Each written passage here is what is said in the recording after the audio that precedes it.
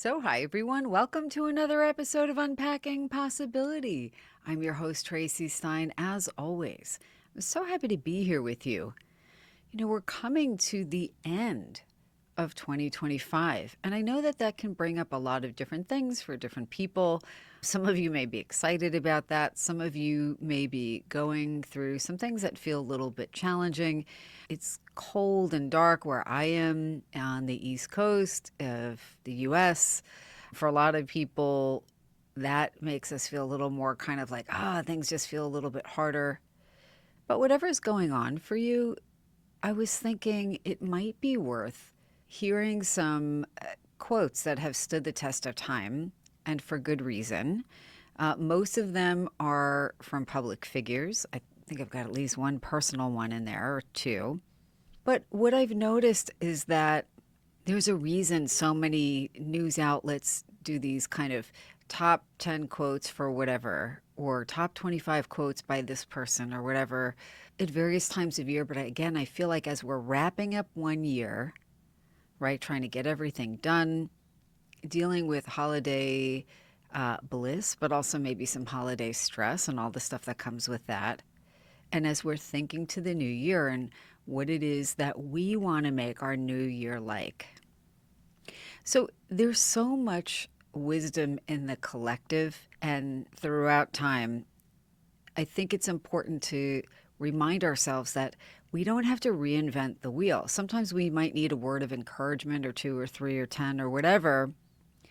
And we don't always have to, again, start from scratch. So that's why I wanted to share some quotes that I think might be helpful or inspirational. See what you think. And if this brings to mind quotes that you yourself tend to find helps keep you going when things are tough, or helps keep you on track and stay focused on your dreams or whatever it is, I really do want you to post a comment on social media. I'm on Facebook. I'm on Instagram. I don't do that much. I need to do more, I know. Or on the YouTube channel. And I'll put the links to all of those in the show notes. But let me know what you have found helpful.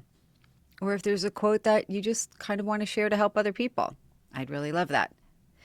So without further ado, I'm going to go through the rundown of the quotes. And some I might add a little kind of background or little kind of explanation, and others I think can probably stand fairly well on their own. But without further ado, let's get to some of these wise words of wisdom that we can all maybe benefit from. So, in no particular order, and some of these are from public figures that you may be familiar with, and some of you, if you're younger, may not be, but it's worth looking some of these people up. The first one, again, in random order, is actually from Judy Garland. And if you are not familiar somehow with who Judy Garland was, she was Dorothy in the original Wizard of Oz. She was in very famous movies like Meet Me in St. Louis and A Star is Born, but she's a very, very well-known performer, actress, singer, and more of the 20th century. She's also the mother of Liza Minnelli. And again, whether you know about Judy Garland or not, I thought this quote was really useful. And what she said is, always be a first version of yourself and not a second-rate version of someone else. I think it's so important in today's world, right? Because we live in the social media era. Didn't exist when Judy was alive. But throughout time, there's always been a lot of pressure to try to define ourselves or make sure we're, quote, okay, good enough in one way or another by looking to what, the crowd is doing or what other people are doing. And now what we're seeing on, like, I don't know, TikTok or whatever. But I think the gist of this quote is, be you. There's nothing better than being the authentic version of yourself. So again, always be a first version of yourself and not a second-rate version of someone else. Wise words. The second quote is from American country singer dubbed the Queen of Country, who sold over 75 million albums and probably counting, and that is Reba McIntyre. Reba's quote is, to succeed in life, you need three things. A really simple and straightforward quote. To succeed in life, you need three things: a wishbone, a backbone, and a funny bone. Kind of makes sense, right? So please do jot down some of those things you really want to bring into being for yourself. Remember, you got to keep on trucking, even when things feel like they're not unfolding on the timeline that you would like them to. And a funny bone. You got to have a sense of humor about life, right? Wise words, simple and to the point. Now, the next quote actually is from somebody I knew, and I've mentioned her on this podcast previously. She's not famous, but she was really an incredible person. And I met her first when I was about 18 years old, and on and off on school vacations and summer breaks from college, I worked for her doing, various types of office work. And her name was Mary Bennett. Mary Bennett was a pretty incredible person for a number of reasons, but she was just she exuded this kind of no nonsense air. She had a quiet confidence, but she didn't seem overly preoccupied with ideas of herself. She just kind of got in and did what she needed to do. And, Mary had to deal with probably a whole lot of stuff that many people listening can probably relate to. But Mary was an African American woman who was, had moved up fairly high in management in a large corporation at a time when you just didn't see that. And I can only imagine the stress of handling that and holding that, and everything Mary had to deal with. I don't think I need to explain it. But again, she always seemed so grounded, and she just kind of knew who she was, and all of her advice was just, again, to the point and really sage. And I think the other thing about Mary that I noticed is a lot of what I learned from her was really just by being in her presence. But I think I was probably 19 years old, and I was working for her one summer, and I had just gone through a breakup. And at that time, you know how it is when you're young and you break up with somebody and it feels like the world kind of died in a way. It feels like so awful, even if you're really not meant to be together. But we'd been together about a year. It felt like a lifetime at that point. And Mary probably noticed that I was just a little extra quiet or just seemed preoccupied. And she asked me what was going on, and I told her. And she said, this thing that, again, is so simple, but I've thought about it in relation to a whole bunch of other things since then. This is many decades ago. But she said, honey, you can't go back. And I know how simple that comment sounds, but we could really apply that to so many other things in our lives, right? Sometimes we leave something behind, or something leaves us behind. There's a change sometimes that we didn't plan for, and other times it's one we wanted to make. But it's not unusual at all to have feelings of nostalgia or, when things get difficult, feel like, maybe it would have been easier to just stay with that job or that friendship or, again, that relationship or whatever it is. And we learn things from everything we do. I really believe that. Even the things we don't really choose or feel like we're not choosing.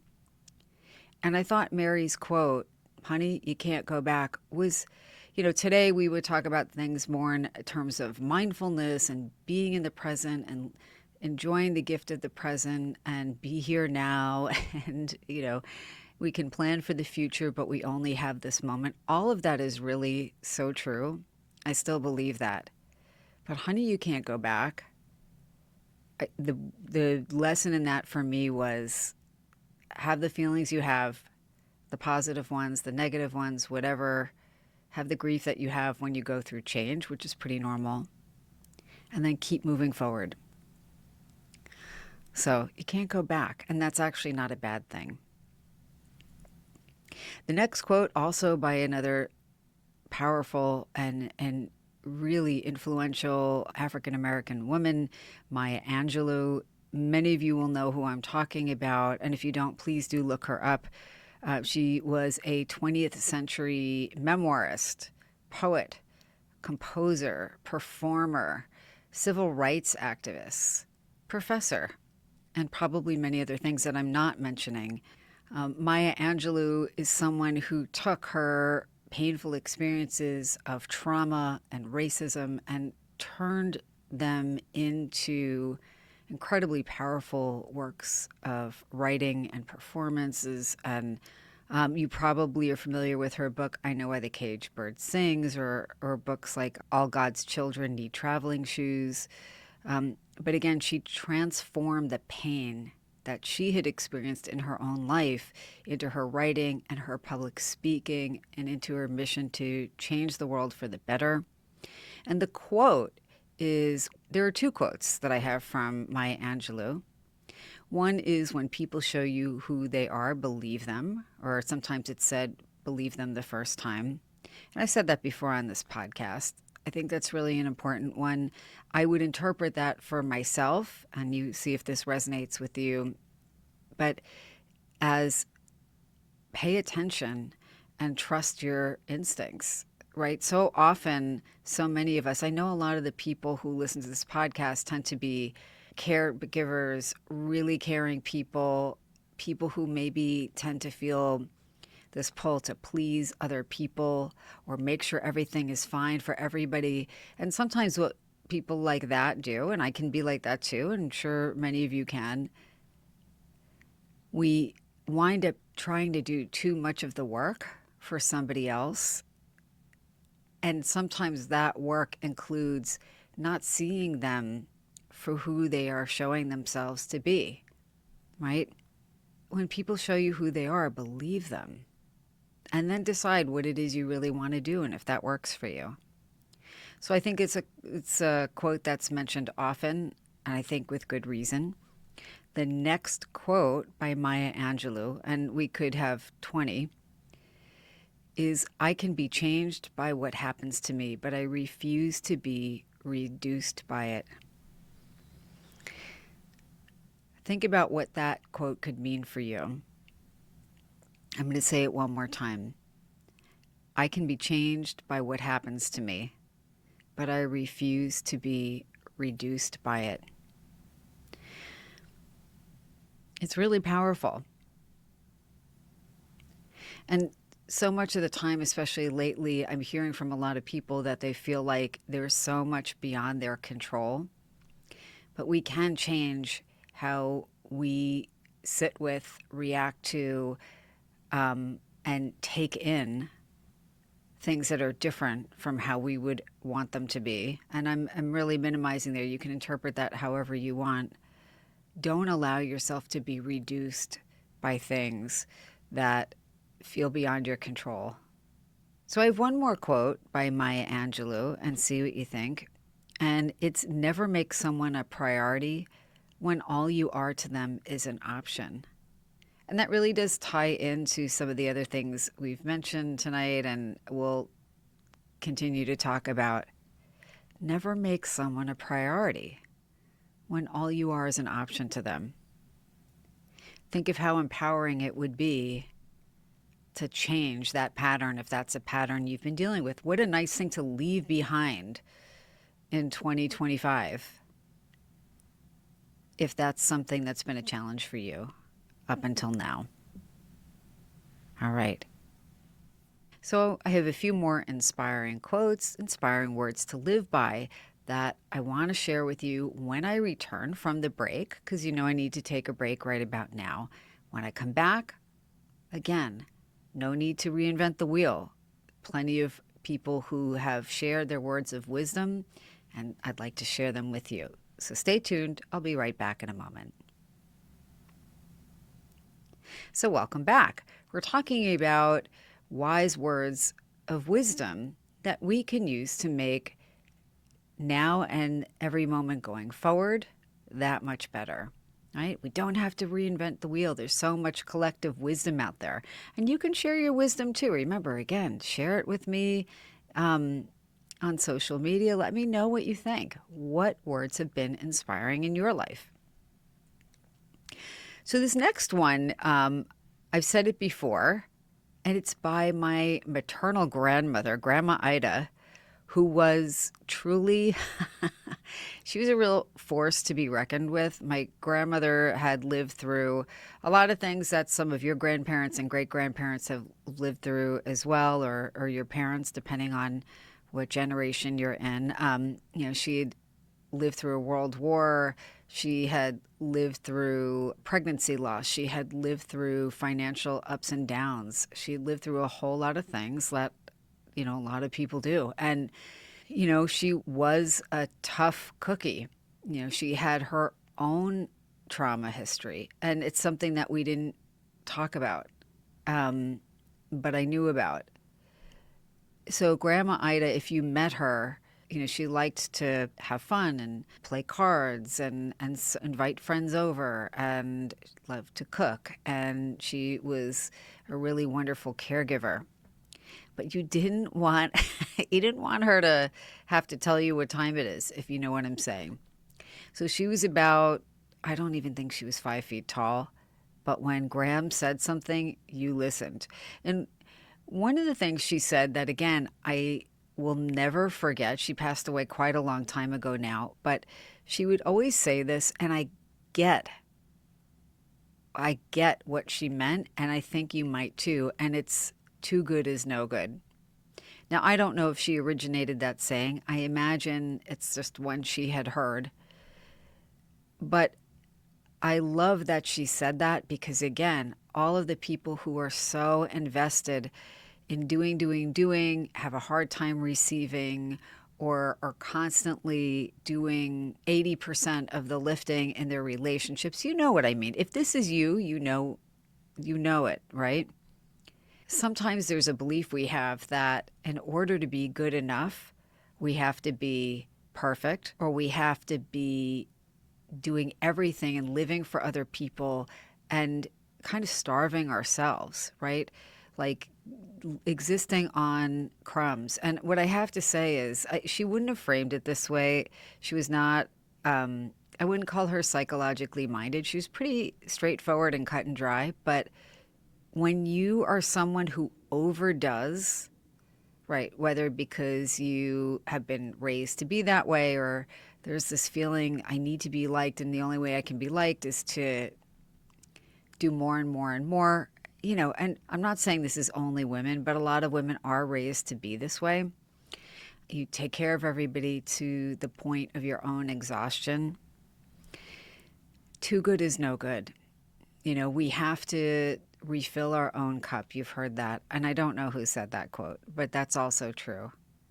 We can still be quite good and quite wonderful and good enough without sacrificing ourselves for no reason, honestly.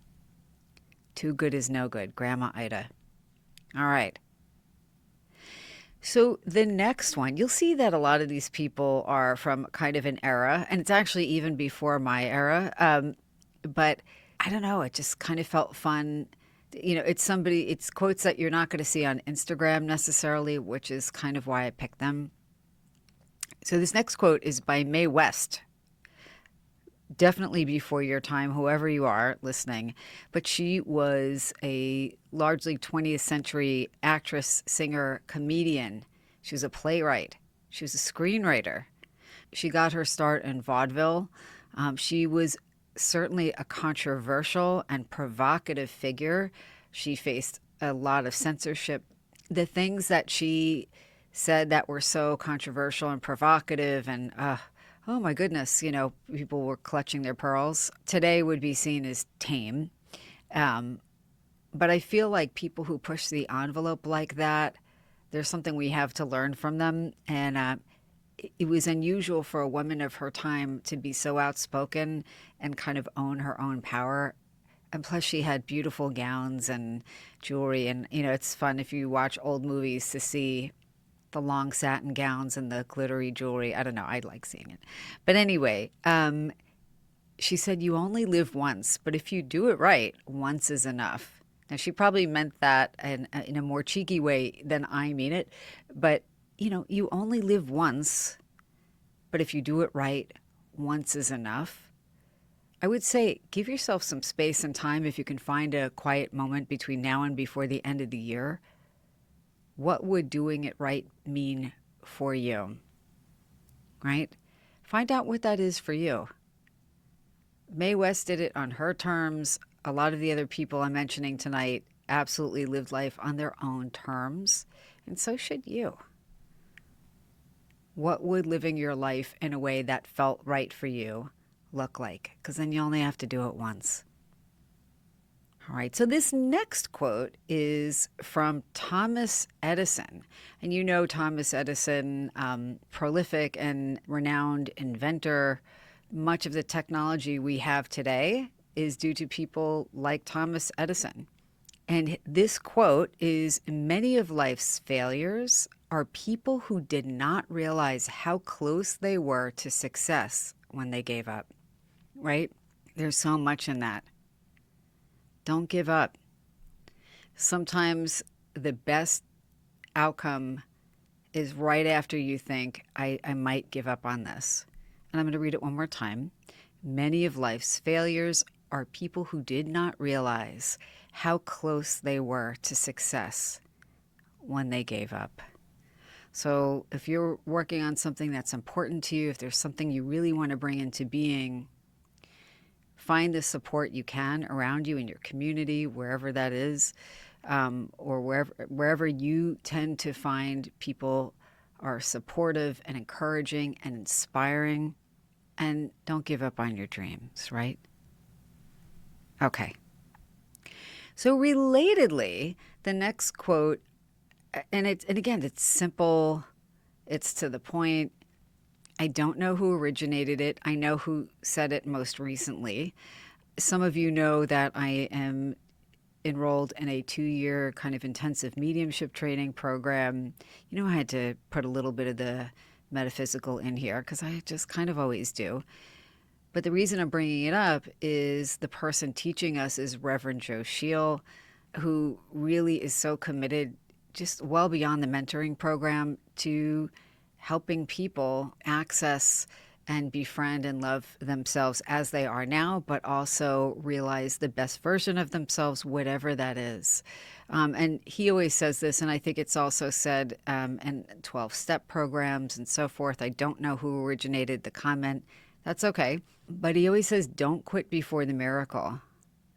Just as an aside with mediumship, I can hardly tell you how stressful it is, even in the training, sometimes to sit in front of somebody and hope that you will be able to bring through an accurate and meaningful message from their loved ones. And there's always this fear, like, what if no one shows up, right? What if I can't perceive the information that will be helpful to this person? It's just that, it's normal with anything you're trying to do, especially if you're doing it for someone else. And I feel like his saying, don't quit before the miracle, or the saying, don't quit before the miracle, that applies to so many things in life. And it kind of rings true with a lot of the other quotes that I'm sharing tonight. So the last thing I want to share with you, and again, this is from a figure who was notable in the 20th century and, has since passed. But I'm going to tell you a little bit more about this person, and then I'm going to read a column that they published. And you may have heard of her. And if you haven't, it's really worth Googling her. She was really, again, such an interesting woman, especially for her time. And it was Erma Bombeck. So let me tell you a little bit about Erma Bombeck. Again, some of you will know who that is, and many of you may not, but she's worth looking at. So she was a very popular columnist, and especially in the mid-20th century, she was a beloved popular figure, though, for decades. She wrote a column called At Wit's End, and it had humorous anecdotes about her life as a suburban housewife and mom, and when women weren't writing about these things. I mean, now there are all these momfluencers, but we weren't hearing about that then. And so, she really was a trailblazer in so many ways. She also wrote several best-selling books, including The Grass is Always Greener Over the Septic Tank, and If Life is a Bowl of Cherries, What Am I Doing in the Pits? Again, she was known for her humor. Just really, she was naturally witty and relatable. And who doesn't need that? Who doesn't want to be inspired by somebody like that? So there were things that even I didn't know about Erma Bombeck until I started looking into her for this episode. I knew of her. I knew of her column. I had seen the essay that I'm going to read to you in a moment. But, I knew that she was also a popular radio guest and talk show guest and so forth. She was also a strong supporter of the Equal Rights Amendment, which was considered so controversial. It's crazy, right? But she was really courageous in supporting it because, there were people who didn't want to then buy her books. There was a lot of backlash against that. I mean, and it sounds shocking now, but then, it would have taken that much more courage to risk, the success she had had to stand up for women's rights. She was also someone who, at age 20, was diagnosed with polycystic kidney disease. I don't think that was well known at the time. And then she later had breast cancer, which she was treated for and recovered from. But despite these health issues, she maintained a really incredibly busy and fulfilling work life. She was, again, a prolific writer, constantly appearing in the media, and really brought people a sense of levity, right, and lightness that I think, people throughout time have really needed. So Erma Bombeck wrote her columns until shortly before her death in 1996 from complications from a kidney transplant she had received. But there was a column that she published, and I'm not sure how close in time it was to when she passed, but I remember reading it then, and it stuck with me. And that's the whole point of all of the quotes I'm sharing with you tonight. And whether they resonate with you or not, I hope they do. And if not, certainly think about the things that still have stayed with you. There's a reason for that. But I'm going to read you this column of Erma Bombeck's, and it was called If I Had My Life to Live Over. So, if I had my life to live over, I would have talked less and listened more. I would have invited friends over to dinner, even if the carpet was stained and the sofa faded. I would have eaten the popcorn in the, quote, good living room and worried much less about the dirt when someone wanted to light a fire in the fireplace. I would have taken the time to listen to my grandfather ramble about his youth. I would never have insisted the car windows be rolled up on a summer day because my hair had just been teased and sprayed. I would have burned the pink candle sculpted like a rose before it melted in storage. I would have sat on the lawn with my children and not worried about grass stains. I would have cried and laughed less while watching TV and more while watching life. I would have shared more of the responsibility carried by my husband. I would have gone to bed when I was sick instead of pretending the earth would go into a holding pattern if I weren't there for the day. I would never have bought anything just because it was practical, wouldn't show soil, or was guaranteed to last a lifetime. Instead of wishing away 9 months of pregnancy, I'd have cherished every moment and realized that the wonderment growing inside me was the only chance in life to assist God in a miracle. When my kids kissed me impetuously, I would never have said, later, now go get washed up for dinner. There would have been more I love yous, more I'm sorries, but mostly given another shot at life, I would seize every minute, look at it and really see it, live it and never give it back. So that's If I Had My Life to Live Over by Erma Bombeck. So, again, think about what things you still remember as you think about what you want for your life now, what you'd like for it going forward, what things you're ready to kind of let go of because you don't need them anymore. And again, as always, if you enjoyed the episode, please do remember to like, share, follow, tell a friend, leave me a comment, let me know what you think. It really does help me continue bringing meaningful content to you. And as always, until next time, be well.